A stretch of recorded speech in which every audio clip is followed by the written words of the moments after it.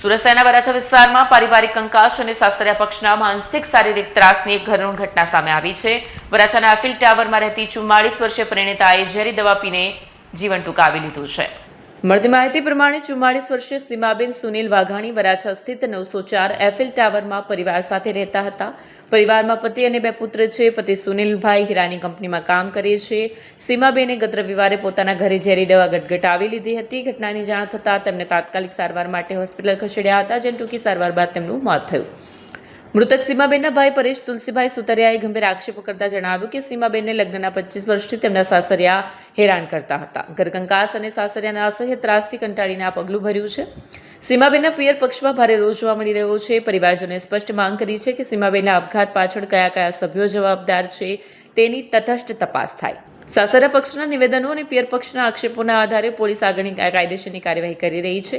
જોકે હોસ્પિટલ ખાતે પરિવારના હૈયાફાટના કારણે શોકનો માહોલ છવાઈ ગયો હતો। પરેશભાઈએ જણાવ્યું હતું કે ઝઘડો અવારનવાર એને થતો આવતો અને લગભગ મેરેજ લાઈફના 25 વર્ષ થયા છે। અમને અવારનવાર આ બાબતે એ લોકો બોલાવતા, એમાં લાસ્ટ લગભગ મહિના દિવસની અંદર કે બહુ મોટા પાયા લોકોએ કંઈક ચાલુ કર્યું હતું, એમાંથી એ લોકો અવારનવાર બોલાવીને ટોર્ચરિંગ કરતા હતા। વધુમાં જણાવ્યું કે આપઘાત કર્યો લગભગ રવિવારે કંઈક ઘટના બની છે। કેટલા વાગ્યે ટાઈમ આપણને નથી ખબર। આપણને જાણ મળી એટલે લગભગ સાંજે લોકોએ જ્યારે હોસ્પિટલમાં જે તે સમય દાખલ કરી ત્યારે ફોન આવ્યો હતો કે સીમાએ આવું પગલું ભર્યું છે। અમારે એનો ફોરેન્સિક રિપોર્ટ કરાવવો છે। પોલીસ દ્વારા તો એ સમયે અમે પોલીસકર્મીને જોયા નહોતા। અમે લોકો દોડીને હોસ્પિટલ ગયા તો ત્યાં બધી કાર્યવાહી પતી ગઈ હતી। ઘટનામાં એવું બેને કંઈક ઝેરી દવા પીધી એવો ઉપરથી મેસેજ હતો એના સસુરાલમાંથી। કયા કારણસર દવા પીધી? માનસિક ટોર્ચર હોય એવું અમારું અનુમાન છે। શું નામ છે બેનનું? સીમાબેન સુનિલભાઈ વાઘાણી। સીમાબેનને સંતાનમાં 2 બાળક છે। ઓકે, શું કારણો કઈ પહેલા કોઈ કારણોસર કોઈ ઝઘડો થયેલો? ઝઘડો અવારનવાર એને થતો અને લગભગ મેરેજની લાઈફના 25 વર્ષ થયા છે અને અમને અવારનવાર આ બાબતે એ લોકો બોલાવતા। એમાં લાસ્ટ લગભગ મહિના દિવસની અંદર કે બહુ મોટા પાયે આ લોકોએ કંઈક ચાલુ કર્યું હતું। એમાંથી એમને એ લોકો અવારનવાર બોલાવીને ટોર્ચરિંગ કરતા। એટલે અમે લોકો એવું ડિસાઈડ કર્યું કે બેન આપણને ફોન કરે તો આપણે એનો ફોન રિસીવ કરવાનો। જમાઈ કે એના પપ્પા, એના મમ્મી અથવા એની નણંદ અથવા એક અધર વ્યક્તિ એ લોકોએ રાખેલો છે, કમલેશ નામ છે એનું, અને યોગી ચશ્માની દુકાન ચલાવે છે। એ વ્યક્તિનો ફોન આવે તો આપણે ફોન રિસીવ નહીં કરવો। બેનનો ફોન આવશે તો કરશું, પણ એ જાણકારી આપણને મળી કે બેનનો ફોન એ લોકોએ 15-20 દિવસ પહેલા લઈ લીધો હતો। એટલે બેન પાસે કોઈ ફોન નહોતો અને સુનિલ ફોન કરતો હતો। એના માનસિક ટોર્ચરથી થાકીને અમે ફોન ઉચકવાનો બંધ કરી દીધો। એની યારે કોઈ અમારે વાર્તાલાપ કરવાની થતી નહોતી। જો કંઈ પણ વાર્તાલાપ અમે કરીએ તો નાનો પોઈન્ટ પકડીને અમને લોકોની માનસિક ટોર્ચર વધતું હતું। એટલે અમે એને લોકો કનેક્શન કાપવા બાબતને નક્કી કરી લીધું કે આપણે એ લોકો સાથે કોઈ વાત કરવી નહીં। પર્સનલ બેનનો ફોન આવે તો વાત કરશું। આપઘાત કર્યો તો એના કેટલા દિવસ થયા? આપઘાત કર્યો લગભગ રવિવારે કંઈક ઘટના બની છે।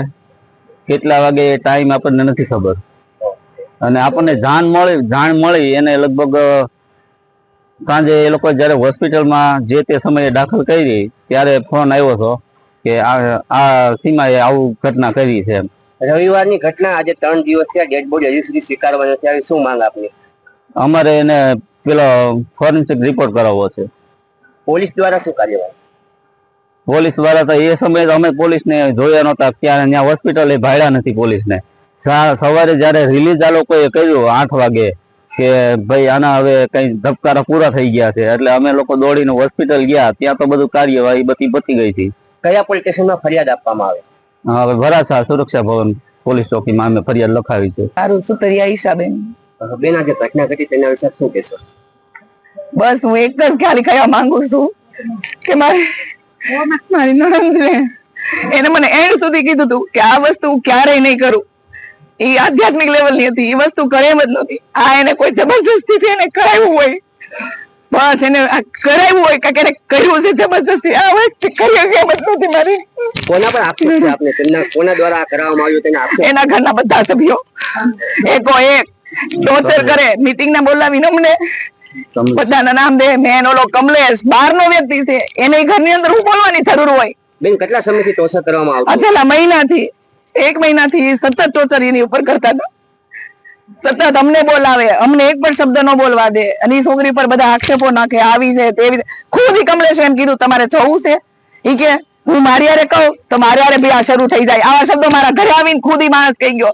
ચૂપચાપ સાંભળ્યું. એનો ઘરવાળો સુનીલ ઉભો હતો, એને ચૂપચાપ સાંભળ્યું. મને એમ થયું ધિકાર થાય એના ઘરવાળાને કે આ વસ્તુ ઈ સાંભળે છે. આવું ખોટા આક્ષેપો નાખ્યા એ છોકરી માથે. મારાથી ઈ સહન નથી થતું. મૃતક બેન મારી બેનું ન્યાય જોઈએ, બીજું મારે કાંઈ ન જોઈએ. મૃતક બેન નું શું નામ છે? એનું સીમાબેન છે.